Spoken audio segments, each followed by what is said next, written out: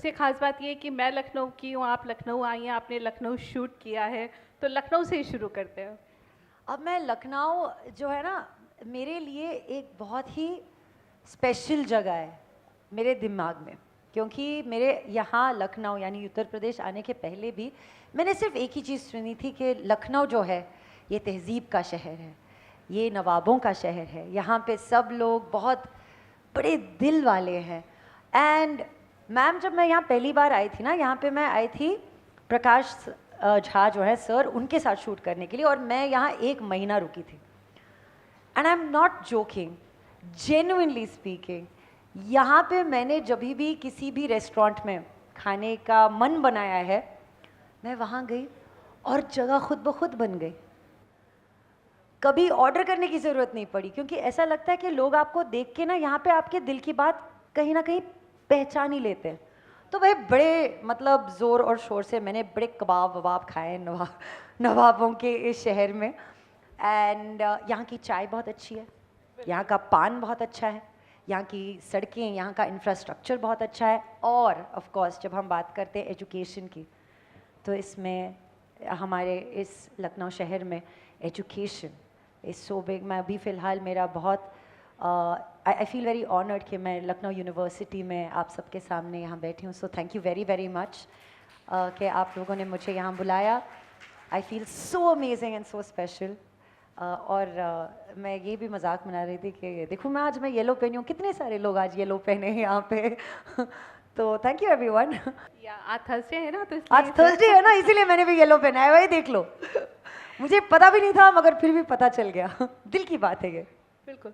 तो कुबरा, आपने इतना काम किया है, फिल्म भी कर रही हैं, ओटीटी भी कर रही हैं, लेकिन शुरुआत से ही चलते हैं कि एक्टर बनने की जिद्दोजहद आसान नहीं होती, और ख़ास तौर से आप तो माइक्रोसॉफ्ट में काम कर रही थी, दुबई में थी, कितने पापड़ बेलने पड़े, कैसा स्ट्रगल था, क्या चैलेंजेस थे जब आप इस इंडस्ट्री में आना चाह रही थी? यू नो, जब आप किसी चीज़ को बहुत दिल से चाहो, तो उस मकाम तक पहुंचने के लिए, या फिर ये जो जर्नी है ना, ये एक स्टोरी की तरह है।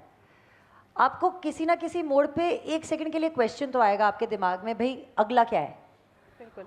तो वो अगला जो क्रैक करने का जो जर्नी होता है ना, उसी में आपको लगता है कि भाई यहाँ पे तो स्ट्रगल है। मगर जैसे आपको इस जर्नी में मज़ा आने लगा कि भाई देखो यहाँ पूल है, पत्ती है, यहाँ पे ये भी करने को मिल रहा है, वो भी, जब तक आप छोटी छोटी जो वो क्या बोलते हैं अचीवमेंट्स है ना, उसको जब तक आप सेलिब्रेट करते जाते हो, तो तब तक ये स्ट्रगल नहीं महसूस होती है। तो मुझे आई थिंक, मैं बेंगलोर से हूँ, मेरी पैदाइश बेंगलोर सिटी में हुई थी, और मैं वहाँ 20 साल रह चुकी थी। मैंने वहीं पे अपना एजुकेशन कंप्लीट किया है। और पता नहीं क्यों जब भी मैं बेंगलोर में रहती थी, मुझे कहीं ना कहीं मुंबई शहर आना था। क्यों आना था, क्या कौन करेगा, क्या करेंगे। हमारे फैमिली में दूर दूर तक कोई एक्टर नहीं है, दूर दूर तक कोई नहीं है एक्टर, या एंटरटेनमेंट फील्ड में कोई नहीं है। तो फिर यहाँ आने का मन क्यों बनाया, पता नहीं क्यों, वो मन की बात है, वो आप ही को समझ में आती है। तो जब मैं दुबई भी चली गई थी, और दुबई में जब मेरा काम लगा माइक्रोसॉफ्ट में, ये मेरे लिए तो मतलब बड़ी बात थी, मगर मेरे आसपास मेरी माँ, आंटी, अंकल, उन सबको बड़ा गर्व महसूस हुआ कि भाई देखो हमारी बच्ची है, माइक्रोसॉफ्ट में काम करती है। और तब तक मेरी उम्र कुछ 25 साल की तो हो ही गई थी। तो भाई माइक्रोसॉफ्ट में काम करने वाली लड़की 25 साल की, इसके लिए तो लड़का आसानी से मिल जाएगा। तो आई थिंक यही कुछ एक सोच थी लोगों में। मगर मुझे शादी से ज़्यादा अपनी एक ड्रीम, अपना एक एम्बिशन, वो पूरा करना था। और कहीं ना कहीं मुझे लगता है कि जब आप में वो क्रिएटिव स्ट्रीक रहती है, जब एक आर्टिस्ट आप अपने आप को फील करते हो, तो फिर वो जो दिशा है ना, इसमें जितने उतार चढ़ाव आए, आप बस चलते जाओ। तो आज जब मैं यहाँ इस मंच पे बैठी हूँ ना, मुझे नहीं लगता कि भाई कितनी स्ट्रगल थी। मुझे ज़रूर लगता है कि उतार चढ़ाव थे रास्ते में, मगर यहाँ पहुँचते पहुँचते जो मज़ा किया है मैंने, और जो सीख मैंने हासिल की है, आई think that was the bigger part of this journey, and I am very grateful for it. क्योंकि जब मैं आई थी, मुझे बस एंटरटेनमेंट में कुछ करना था। अगर मैं टेलीविज़न शो पे कोई डांस रियलिटी शो अगर मैं होस्ट कर रही होती अब तक, तो मेरे लिए वही सबसे बड़ा सपना था। मैंने तो ये भी नहीं सोचा था कि लखनऊ यूनिवर्सिटी में दैनिक जागरण के इस संवादी समारोह में मैं यहाँ बैठी रहूँगी और यहाँ पे अपनी एक्टिंग की जर्नी के बारे में बात कर रही होंगी। तो कभी कभी ऐसा लगता है कि आपको सब पता नहीं है, मगर जैसे वो स्टोरी अपने आप को रिवील करती जाती है तो उसमें बड़ा मज़ा आता है। और I think I am very grateful for being here. तो उतार चढ़ाव हुए ज़रूर है, बट मज़ा भी बहुत आया। पहला ऑडिशन क्या था, क्या याद थी? क्योंकि पहली पिक्चर तो रेडी थी, लेकिन पहला ऑडिशन क्या था? तो जब मैं मुंबई शहर आई थी ना, मेरे पास किसी का फ़ोन नंबर नहीं था, किसी का कांटेक्ट नहीं था, कौन क्या करता है, कहाँ किस कैसे स्टार्ट करें ये भी नहीं पता था।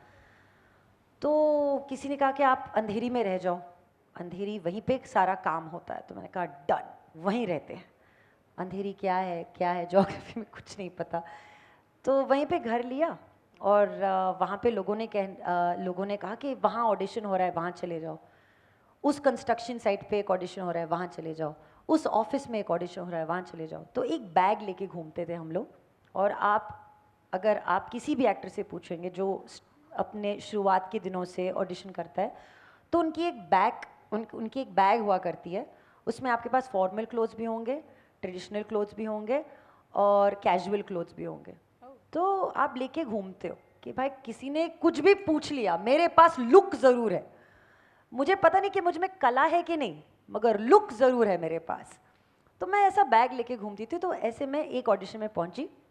उन्होंने वहाँ कहा यहाँ नहीं, एक और ऑडिशन है, आप वहाँ चले जाओ। जब मैं उस ऑडिशन में पहुंची तो वहाँ के जो कास्टिंग डायरेक्टर थे उन्होंने कहा एक फ़िल्म बन रही है, बड़ी फिल्म है, तो मैं काम करो कल माडा के ऑफिस आ जाना। और मैंने कहा सर रोल क्या है? उन्होंने कहा मेड का रोल है। मैंने कहा ओह, मैं कुछ भी प्ले कर लूँगी, डन, नो प्रॉब्लम। तो मैं मेड के जो मतलब मेरे दिमाग में जो मेड के कपड़े हैं ना, मैं वो पहन के गई। तो मैं ऑडिशन में पहुंची, उन्होंने मुझे देखा और कहा ये कहाँ पहन के आ गए हो आप? मैंने कहा आपने कहा मेड का रोल है। उन्होंने कहा नहीं मैडम, हॉट मेड का रोल है। मैंने कहा हॉट मेड क्या होती है? नो प्रॉब्लम सर, मेरे पास है। तो फिर मैंने वो एक छोटा सा ड्रेस पहना जो मेरी बैग में था, और फिर मैं वेट करने लगी। और थोड़ी देर के बाद हलचल मचती है उस ऑफिस में। अनीस बाज़मी सर आते हैं और फिर वो रूम ऐसे छानते हैं और कहते हैं अच्छा मेड है, हाँ डन। मेरी तरफ पॉइंट किया और कहा हाँ डन। और ऐसे मुझे मेरा पहला रोल मिला, और वो भी सलमान खान के साथ। मेरी पहली पिक्चर रेडी। तो ऐसे मेरा पहला रोल हुआ ऑडिशन जाने के बाद। तो कभी आपकी किस्मत में भी काफ़ी कुछ छोड़ देना चाहिए, बहुत अमेजिंग चीज़ें हो जाती हैं। बिल्कुल, लेकिन सलमान साथ कैसा था? उस समय सलमान का स्टारडम टॉप पे था और ये फिल्म जब आ रही थी, आपके तो सीन वो भी है आज भी है मैम, उनका स्तर आज भी ऑब्वियसली। नंबर 1 ही है। वो खान है, वो सलमान खान है। एंड उनके साथ वो मोमेंट्स शेयर करना। आपके लिए क्या था? क्योंकि आप सलमान से पहली बार स्क्रीन शेयर कर रही थी। सलमान उस मतलब हर लड़की उस समय कहते हैं ना सलमान के लिए पागल थी। मैंने भी सब लड़कियों की तरह उनको भाई बुलाया था, फिर उन्होंने कहा भाई मत बुलाना। उन्होंने कहा एसके बुलाओ। मैंने कहा ओके एसके। जब आप मुझे ये महसूस हुआ है अपनी जर्नी में, जिनसे भी आप खुले दिल से मिलते हो आपको वो भी उतने ही दिल से मिलते हैं। तो अगर आप अपने आप को कभी छोटा महसूस करके चलते हो ना, तो वो भी सोचते हैं भाई अब इनको क्या ही हम मतलब क्या ही बात करें। जब मैं सलमान से पहली बार मिली थी, उन्होंने जिस प्यार से, जिस मोहब्बत से वो मुझे तब मिले थे, वो शायद उसी मोहब्बत से आज भी मिलेंगे। मैं हमेशा कहती हूँ कि सलमान खान की जो मेमोरी है ना, वो हाथियों की मेमोरी की तरह है, वो उन्हें सब याद रहता है। तो मैं झूठ नहीं बोल रही हूँ, मैंने उनके साथ 2010-11 में काम किया था। सुल्तान फिर नहीं, उसके बाद सुल्तान। और इस दौरान एक शो हुआ था जहाँ पे मैं गई थी, मेरी मम्मा गई थी, और इतनी भीड़ में भी उन्होंने मुझे देखा, मेरी मम्मा को देखा, और ही इंश्योर्ड कि उन्होंने हाथ दिया, और वो जो ह्यूमन चेन बनी थी ना, उसके थ्रू हम दोनों को बुलाया, बातें की। तो आई थिंक यही बड़प्पन होता है। मैं ये भी कहती हूँ कि जब आप कोई भी सलमान खान की फ़िल्म करते हैं या कोई भी ऐसी फ़िल्म करते हैं, जैसे मैंने अजय सर के साथ भी काम किया है, प्रकाश सर के साथ भी काम किया है, वो जो क्या करते हैं ना, आप काम तो होता रहेगा भाई, मगर जो वो एक जगह है जहाँ पे सब मिलते हैं, वो है वो लंच का ब्रेक, लंच का टेबल।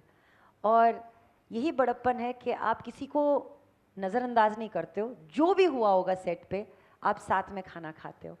तो ये जो एक्सपीरियंस रहा है ये मेरे लिए बहुत यूनिक रहा है विथ दीज पीपल जो इस इंडस्ट्री में हमारे जनरेशन के पहले रह चुके हैं।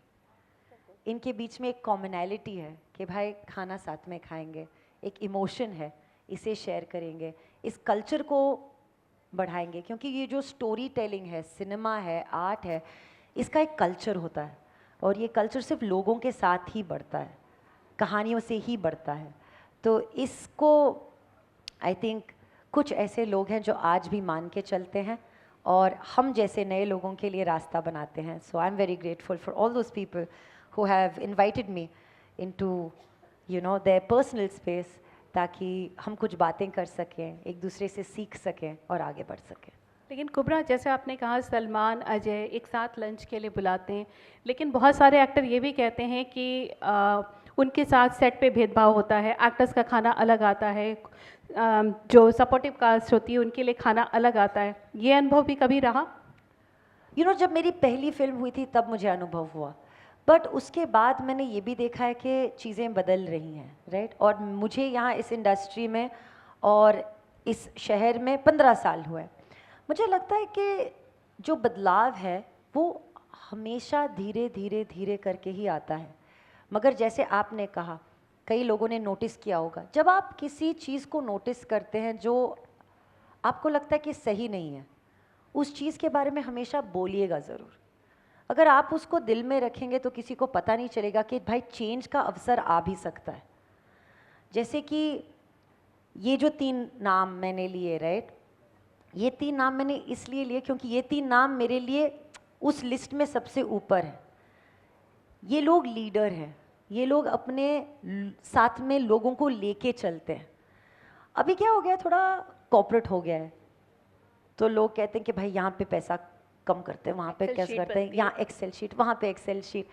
तो ये भी एक नया दौर है, बट आई थिंक एक सेंस ऑफ रिस्पॉन्सिबिलिटी जब टॉप लीडरशिप से आती है तो वो नीचे तक पहुँचती है। And I think it's very important that we have responsible leaders in any business, be it the films, be it the corporate sector, जो भी हो। बट जब हमारे पास अच्छे लीडर्स होते हैं तब हमारा पूरा इकोसिस्टम थ्राइव करता है। And I think we are on our way to creating new leaders. तो ये बहुत इंपॉर्टेंट है। बिल्कुल बिल्कुल। तो बिल्कुल सही बात है, इंडस्ट्री में आपका हुनर पहचानने वाले अच्छे लीडर होते हैं तभी हम आगे ग्रो करते हैं। तो कट टू 2010 रेडी आई, फिर सेक्रेड गेम्स आया 8 साल बाद, कुबरा की लाइफ बदल गई। हाँ। क्या था कुबरा वो सेक्रेड गेम? मतलब कुकू के कैरेक्टर ने जो आपको इतना बना दिया, जब कर रही थी तब दिमाग में था कि लोग आपको इस तरीके से रिकॉग्नाइज करेंगे, ये आपकी पहचान बनेगा? नहीं मैम, जब हम कोई काम करते होते हैं ना और उसे दिल से करते हैं तो आप उसके आउटकम के बारे में इतना नहीं सोचते हो।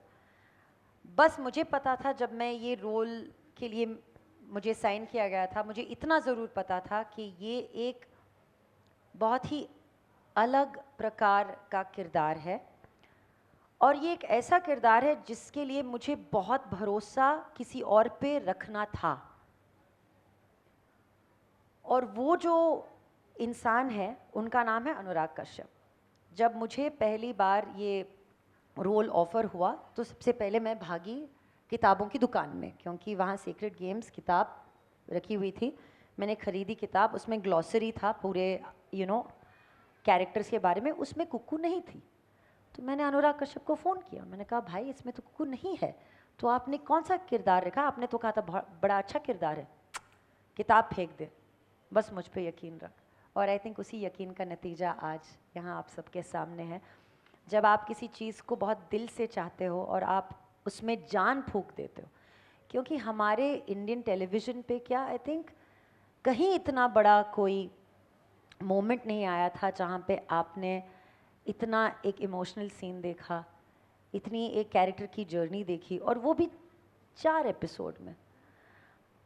मुझे पता है कि सीक्रेट गेम्स से पहले मेरी जंग, मेरे जो गोल्स, मेरी जो एक्सपेक्टेशंस थी वो बहुत अलग थी, और सीक्रेट गेम्स एक ऐसा मोड़ था जिसके बाद हर चीज़ अलग थी। मगर उस एक मोमेंट में जो पूरी ज़िंदगी बदल गई ना, अब मैं क्या ही बताऊं उसके बारे में। मगर नहीं मुझे नहीं, बताना तो पड़ेगा। बस मुझे पता है कि हम गए थे स्क्रीनिंग के लिए, जो पहली बार दिखाते हैं लोगों को। उसके बाद एक पार्टी हुई, उस पार्टी में मैं अनुराग कश्यप से मिली, और मैं बहुत डरी हुई थी क्योंकि मैंने सिर्फ अपनी एक झलकी देखी थी बड़े पर्दे पर। तो मैंने कहा बताओ ये क्या है यार, कोई देखेगा इसे, क्या होगा? तो बिल्कुल बात मत कर, मैं तेरे को बोल रहा हूँ, जुलाई 6 तारीख को ये शो रिलीज़ हो रहा है, 6 बजे शाम को तू कोई और होगी, और तुझे पता भी नहीं है। ये उस दिन की बात है, जुलाई 2018, 6 तारीख को मैं बैठी हूँ नेटफ्लिक्स पे, सीक्रेट गेम्स लगा हुआ है मेरे टीवी पे, मेरी हिम्मत नहीं हो रही है कि मैं उसको चालू कर दूँ। तो मैं ऐसे बैठी हूँ और मैं डर रही हूँ कि भाई मैं अपने आप को स्क्रीन पे पहली बार कैसे देखूँ, इतना बड़ा रोल है। क्योंकि जब ये रोल ऑफ़र हुआ था तब मैंने अपनी मम्मा को फ़ोन किया और मैंने कहा मम्मा आपने मेरे लिए बहुत बार बुलेट प्रूफ जैकेट पहना है, क्योंकि मैं एक सिंगल पेरेंट की परवरिश हूँ। तो जब मेरी मम्मा ने मेरे लिए इतने सारे बुलेट्स लिए हैं, मैंने कहा कि मम्मा आपने हमेशा बुलेट प्रूफ जैकेट पहना है, क्योंकि आपकी बच्ची भी थोड़ी अतरंगी है ना कुछ भी कर देती है भाई। तो माँ एक रिक्वेस्ट है आपसे, इस बार ना आप बंकर बनवा लो, क्योंकि अब जो होने वाला है वो बजूका है तो मम्मा पूछी क्या होने वाला है, मैंने कहा बस मम्मा यही बात है, अब जो होगा हम साथ में देखेंगे। और मुझे पता है उस दिन रिलीज़ हुआ, बैंगलोर में मेरी माँ कमरे में शो देख रही थी अपने फ़ोन पे, और बिल्कुल 6 बजे के बाद जो मेरा इंस्टाग्राम जो फटा है भाई, जितनी जितनी स्क्रीनशॉट्स मिल सकी वो सब स्क्रीनशॉट्स थी। मेरा नाम हर जगह पे टैग था। रात तक लोगों को ये जानना था कि मैं हूँ कौन, मैं हूँ कौन। इतने सवाल तो मैंने खुद अपने आप से नहीं पूछे थे कि भाई मेरी इतनी हिस्ट्री ज्योग्राफी क्या है, मगर इंटरनेट को पता थी। गूगल पे सर्च हुआ था कि मैं सच में लड़का हूँ, लड़की हूँ या ट्रांसजेंडर हूँ।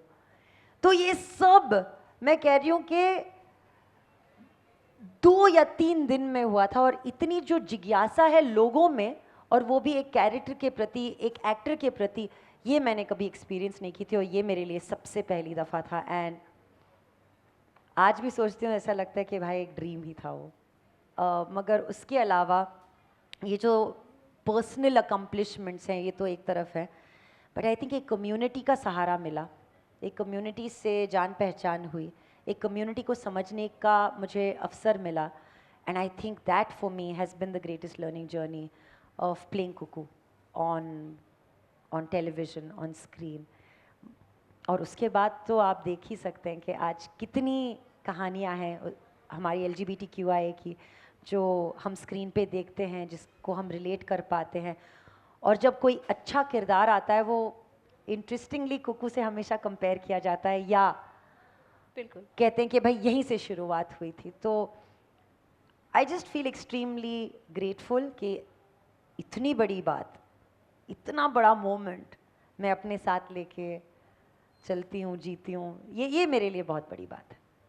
तो कुकू की बात हो रही है तो नवाज का जिक्र तो होना बनता आई है। Love Nawazuddin Siddiqui, he is amazing. क्या था नवाज से पहली बार मिलना, वो तो अपने आप में ही एक्टिंग इंस्टीट्यूट है। यार नवाज ना इतने सिंपल है कि आप देखो तो सेट पे आपको ऐसा लगेगा कि 4-5 नवाज हैं। वो इतने इतने नॉर्मल, इतने सिंपल, इतने, मैं उनको कमीलियन बोलती हूँ कि वो जहाँ पे बैठते हैं ना वो वहीं के रंग ढंग में मिल जाते हैं, घुल जाते हैं। तो पहले तो उस सेट में नवाजुद्दीन सिद्दीकी को ढूंढना मुश्किल था, क्योंकि वो बिल्कुल हम जैसे ही लगते थे भाई। तो पता ही नहीं कि एक्टर कौन है और स्टार कौन है, वो दोनों है, राइट। तो उस भीड़ में पहले तो नवाजुद्दीन सिद्दीकी को ढूंढना ही मुश्किल था। और अगर आपने ये शो देखा है, पुराना शो है, 8 साल पहले पुराना वाला शो है, मगर ओटीटी की शुरुआत वहीं से हुई थी। नेटफ्लिक्स का सबसे बड़ा शो था ये 8 साल पहले। अब यार उस पूरे शो में मुझे नवाज के साथ प्यार, मोहब्बत और सेक्स करना है, राइट? अब नवाज बैठे इतने मतलब शाई किस्म के इंसान, अब मैं उनसे कैसे बात करूं? तो मुझे जाके उनसे ना ऐसे उनके चीक्स ऐसे हाय ऐसे करना पड़ता था, फिर जाके वो थोड़ा हंसने लगे, फिर जाके हमारे सीन्स अच्छे हुए। मगर उनको पता ही नहीं था कि भाई ये कौन है, इसको कहाँ से खुला छोड़ दिया है मुझ पर, क्योंकि वो इतने शांत है और मैं बिल्कुल ऑपोजिट हूँ भाई शांत का। तो उनके साथ काम करके उनसे कितना बहुत कुछ सीखने को मिलता है। वो हर एक मोमेंट को घोल के पी लेते हैं, उस मोमेंट को इतना रियल कर देते हैं वो, कि वो जो है ना बारीकी, जहाँ पे आपको नहीं पता कि ये एक्टिंग कर रहे हैं या ये बन चुके हैं इस किरदार को। तो जब आप ऐसे सुलझे हुए एक्टर के साथ काम करते हो तो आपको भी अपने आप को भुलाना पड़ता ही है। और मैं तो हूँ ही ऐसी कि मैं जैसी हूँ वैसी हूँ, तो सब ठीक हो गया, बिल्कुल सही हो गया सब कुछ। बिल्कुल। लेकिन कुबरा, ये जो एक कैरेक्टर था, इसके बाद कहीं ऐसा रहा कि लोगों ने आपको दूसरे लेंस से देखना शुरू किया, इंडस्ट्री ने? हाँ, पहले मेरा स्ट्रगल था कि भाई कोई मुझे एक्टर तो सोचे, और जैसे ये हुआ जो लेंस बदली वो ये था कि हाँ भाई एक्टर है। और उसके अलावा ये जो है ना क्रिटिसिज्म, या लोग बोलते हैं कि भाई बहुत ब्रेव हो, बहुत बोल्ड हो, आपने कैसे कर लिया, बस हो जाता है। और जिस दिन तक और जिस दम तक आप अपने ऊपर बिलीव करते हो और आप अपने आप को जज नहीं करते, देखो चेंज, ग्रोथ, ये सब हम सब ही कर सकते हैं और इसकी जिम्मेदारी हम पे है। मगर जब हम ये किसी और को दे देते हैं ना, सौंप देते हैं कि भाई आप बताओ कि ये सही है या गलत, आप मुझे जज करके बताओ कि ये आप करोगे या नहीं, तो फिर मैं अपनी ज़िंदगी का जो फ्री विल है वो मैं किसी और को दे रही हूँ।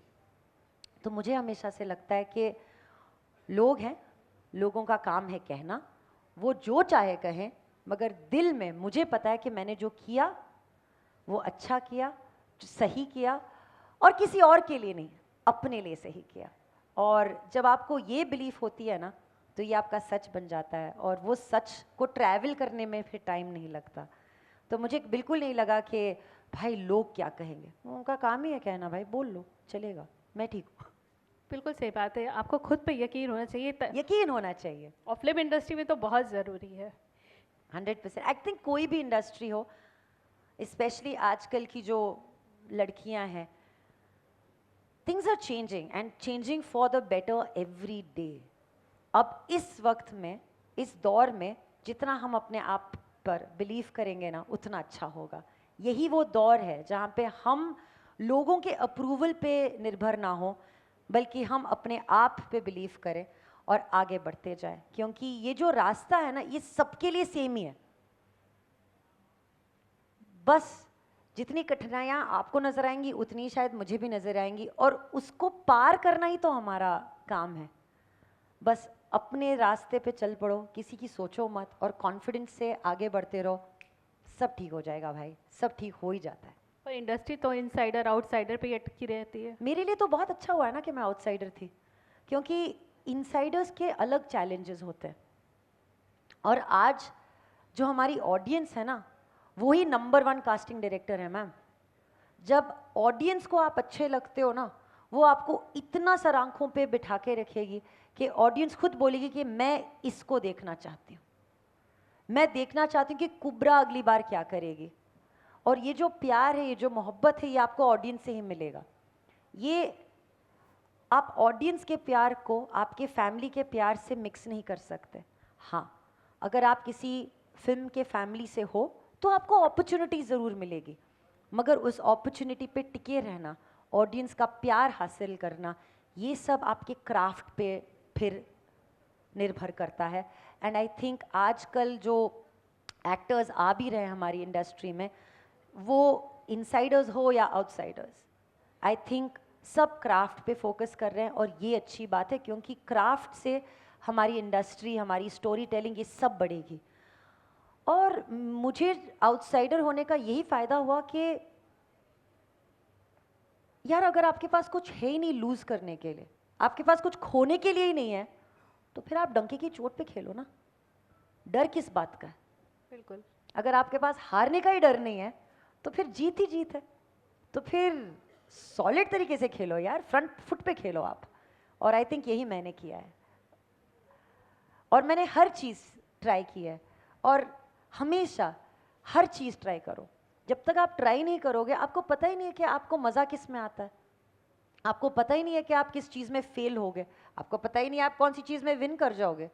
इसीलिए आप ट्राई बहुत चीज़ें करो, क्योंकि आर्टिस्ट की लाइफ है एक्सपीरियंस करना। तो प्लीज़ एक्सपीरियंस करो यार, खुले दिल से एक्सपीरियंस करो, क्योंकि उस एक्सपीरियंस के जो एंड में ना आपको इधर सक्सेस मिलेगी या सीख मिलेगी, आप दोनों के लिए प्रिपेयर्ड रहोगे। वो बात तो सही है, लेकिन अभी जो ट्रेंड है इंडस्ट्री में बात हो रही है, जैसे हम इनसाइडर आउटसाइडर पे बात करें, अभी सोशल मीडिया की वजह से लोग कहते हैं जितने ज़्यादा फॉलोअर्स उतना एक्टर्स जो है कास्टिंग डायरेक्टर की निगाह में आते हैं, उनको काम मिलने लगा है। ये चीज़ें भी कहीं ना कहीं आपको लगता है बढ़ रही हैं इंडस्ट्री में? मैम हर चीज़ ना एक एक्सपेरिमेंट मोड होता है। तो आजकल फॉलोअर्स का ट्रेंड है, वाह भाई वेरी गुड, तो चलेगा थोड़े दिन, चलने दो।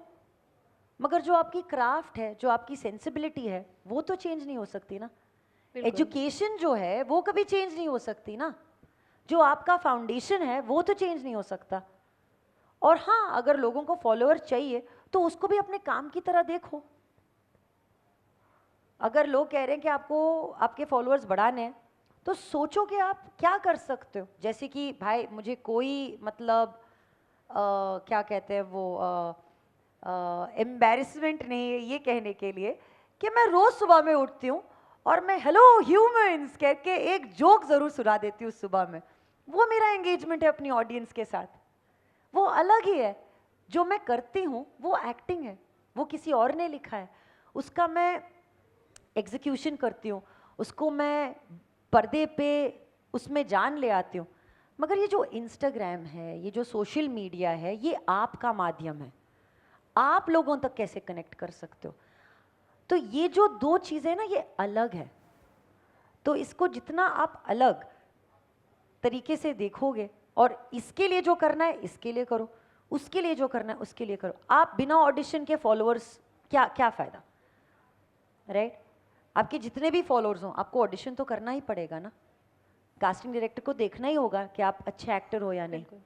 तो अगर आप कर रहे हो ना, तो हर जगह उतना ही ध्यान दो और उतने ही इंटरेस्ट से करो, क्योंकि ये जो छोटे छोटे डॉट्स हैं ना, इवेंचुअली एक बार कहीं ना कहीं कनेक्ट होते हैं। यही इंडस्ट्री है, और ये इंडस्ट्री रोज़ बदल रही है, और जितना इस इंडस्ट्री के बदलाव के साथ आप भी बदलोगे उतना आपके लिए अच्छा होगा। क्योंकि मैम जब मैं आई थी ना मुंबई शहर, तो लोगों ने कहा भाई 27 ईयर्स के हो आप, 27 में ना मुझे हीरोइन का रोल नहीं मिलने वाला था दोस्तों, मुझे मिलने वाला था रोल माँ का, आंटी का, हीरो की फ्रेंड का, बहन का। हीरोइन की बहन का, हीरोइन की बहन के बहन का। मगर मुझे क्या मिला, मेड। ये तो अलग ही था ना इन सबसे। कर लो जो भी अलग लगे, कर लो। कभी ये मत सोच के चलना कि भाई इसका एंड रिजल्ट क्या होगा, अभी मज़ा आ रहा है कर लो। क्योंकि जब मैं यहाँ पे आई थी मुझे एक्टिंग के बारे में कुछ भी नहीं पता था, and I swear to God अब जो जिज्ञासा है, अब जो एक्साइटमेंट है मुझे एक्टिंग को लेकर, वो इसलिए है क्योंकि मैं इतने सालों से सीख पाई हूँ। मेरी तो प्रैक्टिकल क्लास हुई है, मैंने तो सेट पे सीखा है, मैंने अलग अलग डायरेक्टर से सीखा है, अपने को एक्टर्स से सीखा है कि भाई ब्रेथ कैसे लेते हैं, मोमेंट कैसे, स्क्रिप्ट कैसे पढ़ते हैं, स्क्रिप्ट में नुआंस जो होता है ना, ये डैश है वहाँ पे हो गया, स्क्रिप्ट कैसे पढ़ते हैं, ये मैंने यहाँ पे आके सीखा है। तो अगर आप अपना दिल लगाओगे किसी भी चीज़ को सीखने के लिए, समझने के लिए, तो रास्ता ऑटोमेटिकली बनने लगता है, क्योंकि आपको समझ आने लगता है। हम इसलिए बौखला जाते हैं कि भाई हमको समझ नहीं आ रहा, क्योंकि हम समझने की कोशिश नहीं कर रहे, हम उस जर्नी को एंजॉय करने की कोशिश नहीं कर रहे। तो मैं कहती हूँ कि जितना आप इसको सरल रखोगे, और कॉम्प्लिकेट, क्योंकि ये जो है ना हम कहानियाँ ही बोलते हो, हाँ यार इसी की वजह से मुझे, इसी की वजह से ना मुझे नहीं मिलता, इसी की वजह से किसी को कुछ नहीं मिलता। मगर हर चीज़ में एक अनोमली होती है, हर चीज़ में एक फ्री विल होता है, और जिस दिन आपको पता चलेगा कि भाई मुझ में फ्री विल है, उस दिन से आप जीतने लगे। और ये गेम है जीतने का भाई, तो जीतो।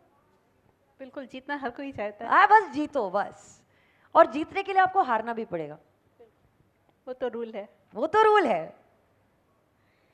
लेकिन कुबरा, आपने यहाँ पे इतनी सीरीज़ की, फिल्में की, आपने फाउंडेशन भी किया, मैं सीरीज़ की बात कर रही हूँ जो हॉलीवुड गए, तो यहाँ का वर्किंग कल्चर काफ़ी कुछ डिफरेंट होता है, तो वहाँ जाके क्या क्या भूलना पड़ा, वहाँ कैसी चीज़ें हुई?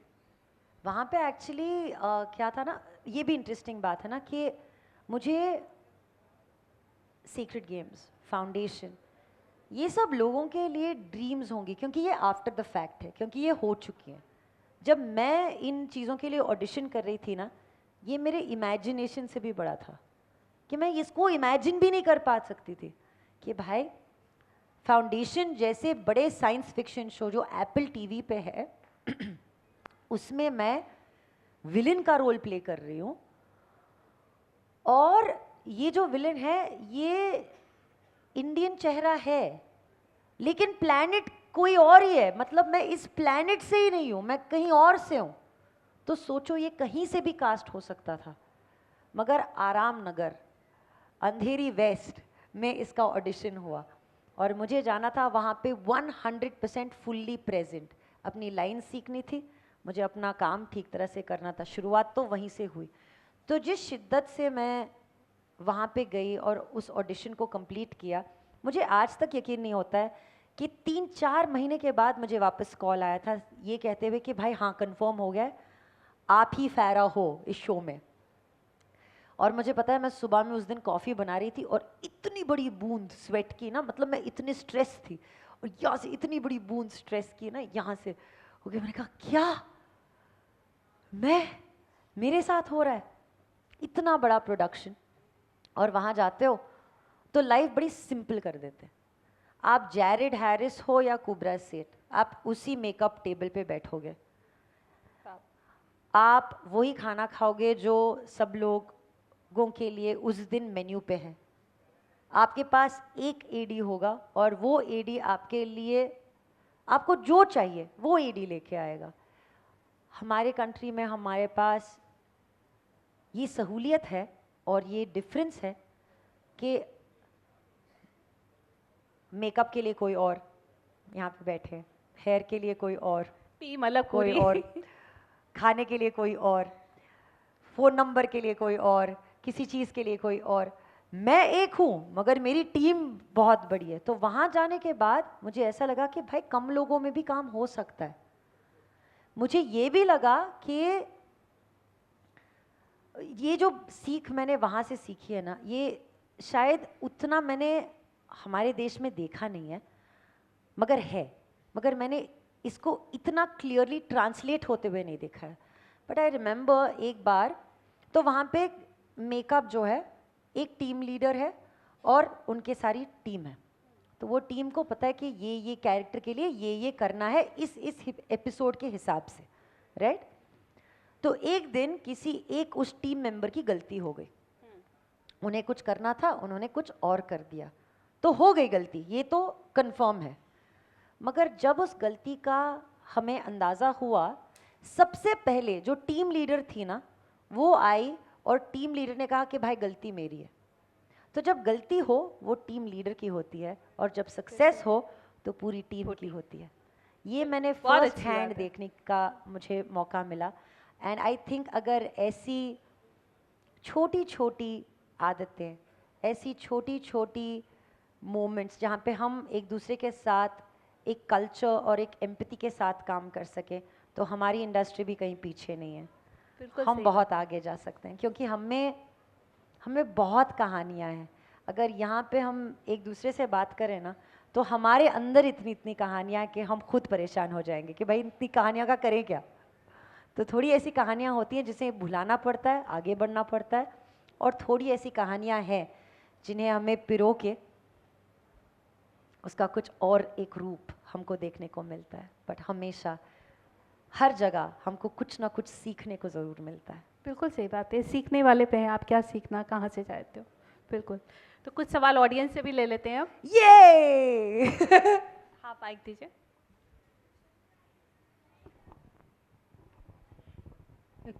कुबरा मैम, आप ओटीटी और फिल्म दोनों की हैं, जी मैम। तो आप ज़्यादा सहज मतलब किस में रहती हैं?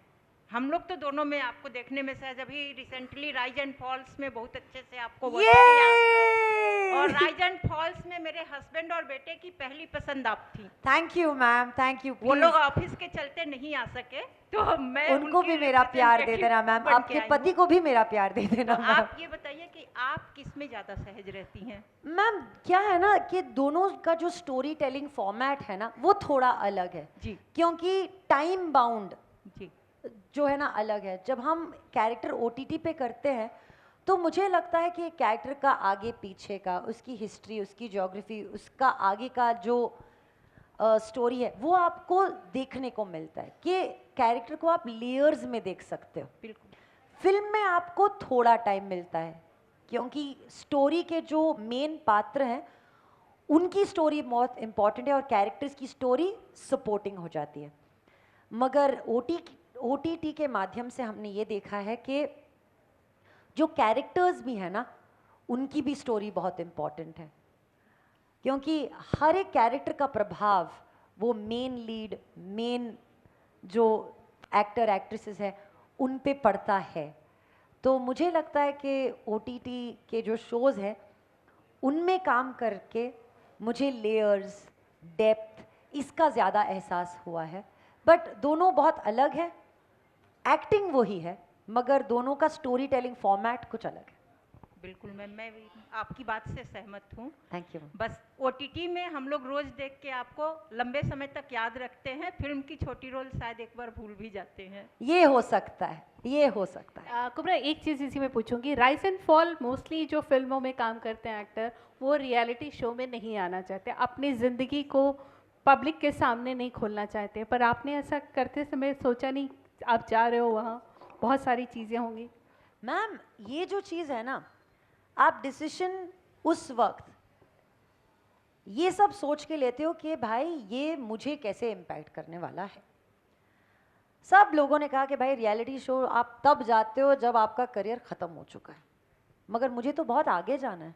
मुझे तो आज भी लगता है कि अभी अभी शुरू हुआ है, क्योंकि किसी भी चीज़ में आप अगर अच्छा करना चाहो तो 10 साल मिनिमम आपको आवाज़ ढूंढने में चली जाती है, ठीक है। राइज एंड फॉल करने का मेरा एक पर्सनल गोल था, क्योंकि एक टाइम आता है आपकी लाइफ में, एंड यहाँ पे बहुत सारी लेडीज़ बैठी हैं तो शायद आप मेरी बात समझ सको या रिलेट कर सको। 30s के बाद आपको क्वेश्चन करना शुरू कर देते हो कि भाई ये चल क्या रहा है लाइफ में, और आप अपने आप को ढूंढने लगते हो, राइट। बिल्कुल। तो ढूंढते ढूंढते मुझे भी लगा कि भाई मैंने बहुत काम किया है अपने आप पे, मैंने अपने आप को थोड़ा समझने की कोशिश की है। अब हम अपने आप को सिर्फ समझते रहेंगे तो इसका फल क्या है, इसका क्या फ़ायदा। राइज एंड फॉल मुझे ऐसा लगा कि एक एग्जामिनेशन था, मुझे वहाँ जाना था अपने आप को टेस्ट करने के लिए, क्योंकि राइज एंड फॉल की जो दुनिया है, रियलिटी शो की जो दुनिया है, उसको रियलिटी इसलिए कहते हैं क्योंकि वो सच है। वो हमारी दुनिया को निकाला है, एक अलग दुनिया क्रिएट की है, उस दुनिया में वही स्ट्रेस डाला है, 100 उसको घुमा दिया। अब उस सिचुएशन में आप कैसे निकल के आते हो। मुझे अपने आप को टेस्ट करना था यार, मुझे जानना था कि मैं पास हुई हूँ कि मैं फेल हुई हूँ, क्या मैं जिंदगी में पास हुई हूँ। मुझे तो लगा कि ठीक है मैं तो पास ही हो गई। पास तो मैं तो पास हो गई भाई, बस अब आगे बढ़ते हैं, हो गया, निकल गया। बिल्कुल। चलिए नेक्स्ट क्वेश्चन। जी साहब, एक सेकेंड साहब। Hello ma'am, my name is Saurabh Upadhyay, मैं यहीं का छात्र हूँ। मैम मैं रिसेंटली अभी शो आया था राइज एंड फॉल, तो उसमें मेरे फेवरेट बाली थे और भोजपुरी स्टार पवन सिंह, तो उनके साथ आपका कैसा एक्सपीरियंस रहा, क्योंकि मैं अभी एक रैपर हूँ और बाली सर मेरे फेवरेट थे, तो उनके साथ कैसा एक्सपीरियंस रहा मैम? वाह, बाली बहुत सही है यार, बाली बहुत सही है। वो कितना क्रिएटिव है ना, तो मुझे लगता है कि अगर आप रैपर हो आपको क्रिएटिव बहुत होना पड़ता है। And congratulations on your career as a rapper. मुझे बहुत अच्छा लगा और एक सेंस ऑफ जॉय है बाली में, और मुझे ऐसे लोग बहुत पसंद है। तो आई थिंक अगर, जैसे मैंने कहा, अगर आप किसी भी चीज़ को करना चाहते हो तो आगे बढ़ो और खुशी से अपने दिल से करो, ताकि वो जो स्टेप्स हो ना वो भारी ना हो, उसमें थोड़ा लाइट वेट रहे। और यही जो सिमिलैरिटी है वो मैंने पवन जी में भी देखी। पवन जी इतने डाउन टू अर्थ हैं, वो इतने प्यार से सबसे बात करते थे, और अगर आपने शो देखा है तो आपको पता है कि उनके लिए शोहरत जैसी कोई चीज़ नहीं थी और बेसमेंट ऐसी कोई चीज़ नहीं थी। वहाँ पे लोगों को वो इंसान की तरह देख रहे थे, और यही एक गुण है जो हम सब में आना चाहिए कि हम हर चीज़ में इंसानियत को देखें बिल्कुल। और एक एफर्ट तो करें एक दूसरे को समझने का। हम कितना जल्दी एक दूसरे को जज कर देते हैं, मुझे लगता है कि एफर्ट तो करना चाहिए। इतना तो एफर्ट मार लो भाई कि भाई उसका आज शायद बुरा दिन गया होगा। अगर किसी ने मुझसे बदतमीजी से बात कर दी तो ये मेरे ऊपर नहीं है, शायद उनका दिन खराब है। एक सेकंड के लिए सोच तो सकते हैं ना। तो आई थिंक ये जो सीख है ये मैंने पवन सिंह से सीखी। और मुझे पता भी नहीं था यार कि वो पावर स्टार है, मुझे पता भी नहीं था कि पावर स्टार नाम चीज़ होती है। तो मैं बहुत एक्साइटेड थी उनसे मिलके, और वो बहुत अच्छे हैं। So thank you for the question. एक क्वेश्चन इधर हम ले लें जी। हाँ जी, मेरा एक छोटा सा क्वेश्चन है। अभी लोगों ने जैसा आपसे पूछा कि आपको ओटीटी और फिल्मों में दोनों में काम किया, तो किस पे ज़्यादा मजा आया, और आपने आंसर दिया कि नवाजुद्दीन के साथ मुझे काम करने बहुत अच्छा लगा। सेकंड कौन है जो आपको इंडस्ट्रीज में बहुत अच्छा लगा? ओह माय गॉड, ये कितना मुश्किल सवाल नहीं, है। नहीं, नहीं, इतना मुश्किल नहीं है। नहीं, बहुत मुश्किल है, क्योंकि जैसे हमारी हाथ के 5 उंगलियां कभी सेम नहीं होती है ना, लेकिन ऐसे फिर किसी एक एक्टर के साथ काम करो तो वो कभी सेम नहीं होता। कभी आप उसी एक्टर के साथ 2 अलग प्रोजेक्ट करते हो और उसमें भी सेम नहीं लगता है, लेकिन क्योंकि हम लोग इतने अलग अलग पात्र प्ले करते हैं, तो उसके हिसाब से मूड भी अलग रहता है, जर्नी भी अलग रहती है। आपने काजोल साथ ज्यादा काम कर लिया, कहना चाहिए। हाँ, मैं चलो, इस कहना क्वेश्चन को चाहूंगी कि थोड़ा मुझे चेंज कर दीजिए। काजोल बहुत आप अच्छी लगती मेल में है। तो बता दिया नवाजुद्दीन, फीमेल में बताइए। Kajol without a you. Doubt Thank यार, you, वो thank- बहुत अच्छी हैं। Thank you, thank you. Thank you sir. या नेक्स्ट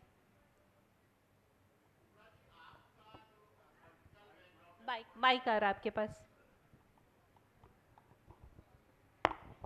आप सॉरी, आप पॉलिटिकल फैमिली से बिलोंग करते हो जहाँ मैं तक। पॉलिटिकल फैमिली से, हाँ, हाँ। शायद है ना। आपने गूगल किया? नहीं नहीं नहीं नहीं, विकिपीडिया, मैंने थोड़ा विकिपीडिया। बहुत, जब आपने फर्स्ट टाइम सेक्रेट गेम का जिक्र मतलब आई थी नेटफ्लिक्स पे, उसके बाद जरूर किया था। और आफ्टर दैट बहुत सारे शोज और जो फिल्म्स वगैरह आई वो मैंने देखी। इनफैक्ट मेरे दिमाग में हमेशा एक सवाल गूंजता रहा कि ये कुबरा मीन्स अरेबिक और तुर्किश, उसको मिला के जो एक मीनिंग निकलती है वो सही है या एक्चुअल में कुछ और है इसका, मतलब ग्रेट या ग्रेटेस्ट के अलावा भी कुछ है? यही है सर, करेक्ट, यही है। यही है सर, हाँ। ओके। तो मेरा जो नाम है कुबरा, उसका मतलब है सबसे बड़ा, और ये एक अरबिक शब्द है जो कुरान से लिया गया है। और मेरी मम्मा ने ऐसा नाम चुना जो उस वक्त मेरे किसी कज़न, किसी दूर के कज़न, किसी दूर के कज़न के बच्चों का नहीं था। तो मेरा नाम कुबरा ऐसे हुआ। और मुझे बहुत क्लियरली याद है कि जब मैं छोटी थी और स्कूल में थी तो मेरी नाम के वजह से ही मुझे बहुत बुली किया जाता था। मुझे कोबरा कोबरा बुलाते थे बहुत ज़्यादा। तो Exactly, मुझे कभी अपने कोबरा- नाम से ना बहुत नफरत होती थी, और मैं Right. तब से चाहती थी कि नाम बदल दो, मगर आज वही पहचान मैं बन अपने गया। नाम को ना बदलूं भाई, नहीं बदलेगा Thank नाम। you, thank you. Thank you साहब। हाँ जी, और किसी को अब तो नाम पूरा करना है, इसका मतलब आगे लेके जाना है भाई। इधर इधर दे दीजिए, इनको दे दीजिए। वैसे आपको मेरी हिंदी समझ में आ रही है ना? हाँ, हिंदी बहुत ये अच्छी राइज है। एंड फॉल के बाद ही मैं हिंदी इतना ऐसा आराम से बोलने की कोशिश कर रही हूँ मैम, नहीं अच्छी वरना है। मुझे लगता है कि मुझे हिंदी आती नहीं है, मगर आ रही है, मुझे लग रहा है आ रही है। हिंदी है हर ना? जगह अलग मैं तरीके से। कोशिश के बजाय प्रयास बोलने लगती हूँ। फिर तो प्रयास कौन बोलता है यार? आराम से बोलो यार, कोशिश ही बोलो, रिलैक्स, लोग समझ जाएंगे। Hello ma'am. जी साहब। मैम मेरा नाम अंकित कुमार द्विवेदी है जी। और मैं यहाँ का एक्स स्टूडेंट हूँ। एक सवाल ये है आप कि अभी भी कॉलेज आते हो? नहीं मैम, मैं पढ़ाता हूँ। मैं अरे वाह टीचर, क्या बात है। पीडब्ल्यू में हूँ मैम। हाँ। तो अभी मेरा एक सवाल ये है कि जैसे कई लोगों ने आपसे पूछा कि आप फिल्म और ओटीटी ज़्यादा प्रेफर करती हैं। मेरा एक सवाल है, जब आपने कुकू का आपने कैरेक्टर निकाला, उसके बाद जो आपने चीज़ें फेस की सोसाइटी के साथ, क्योंकि ऑब्वियस सी बात है कि जब आप लीग से हटते हैं तो कहीं ना कहीं वो प्रॉब्लम्स फेस करते हैं, तो आपने उसको कैसे लिया? मतलब पॉजिटिव और नेगेटिव, क्या वो कोई ड्रामा आपको रहा उस चीज़ का कुछ टाइम तक?